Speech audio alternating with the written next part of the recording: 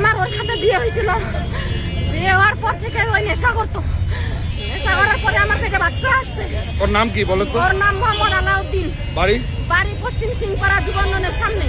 বাবার নাম কি? বাবার নাম সফিয়ার রহমান, মার নাম মলিমা বেগম। ওর সাথে আমার বিয়ে হয়, বিয়ে হওয়ার পরে বাচ্চা আসে পেটে। তারপর ওই নেশা করতো, প্রচুর পরিমাণ নেশা করতো। একলা বাড়িতে কোনো কারেন্ট নাই, কোনো কিছু নাই, ও আমাকে একলাই থাকে রাখে। রাত 12টা 1টায় বাড়ি আসতো। আমার এই যৌবন নিয়ে আমি একলাই থাকি ওই ঘরে, ওই বাড়ি আসে না। তারপর আমার বাবাকে বলি, আমার বাবার বাড়ি থেকে সব কিছু নিয়ে আসি, ভরণ পোষণ, আমার কাপড় চোপড়, ভরণ পোষণ, খাওয়া দাওয়া সব আমার বাপ চালায়।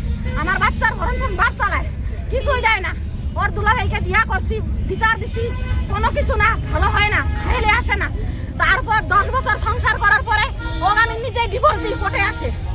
ডিভোর্স দিয়ে আমি কাগজ উঠায় নিছি, ওর বাড়িতে কাগজ পাঠাই দিছি। দেওয়ার পরে এই পর্যন্ত আসি, ওর বাচ্চা আমি রাখছি, আমার কাছে লেখাপড়া করাচ্ছি। এই পর্যন্ত আসি, আমার চলার জন্য আমি বাইরে যে কোনো একটা প্রতিষ্ঠানে কর্ম করে খাচ্ছি, একটা ক্লিনিকে, সেটা হলো prime diagnostic centre and clinic.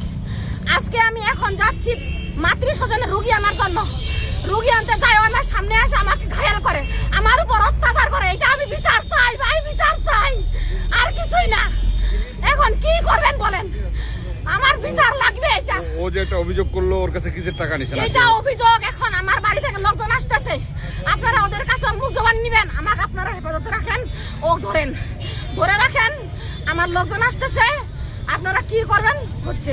আপনারা যদি সাংবাদিক ভাই, আপনাদের আমি হাত জোর করছি, পায়ে ধরছি, এটার বিচার করেন। আপনার বাড়ি কোথায়? আমার বাড়ি জগদল সাতমেরা ইউনিয়ন সদরংপাড়া গ্রামের নাম। আমার নাম মোসাম্মদ কুলসুম বেগম, আমার বাবার নাম মোহাম্মদ তবিবর রহমান, মায়ের নাম সবিজান বেগম।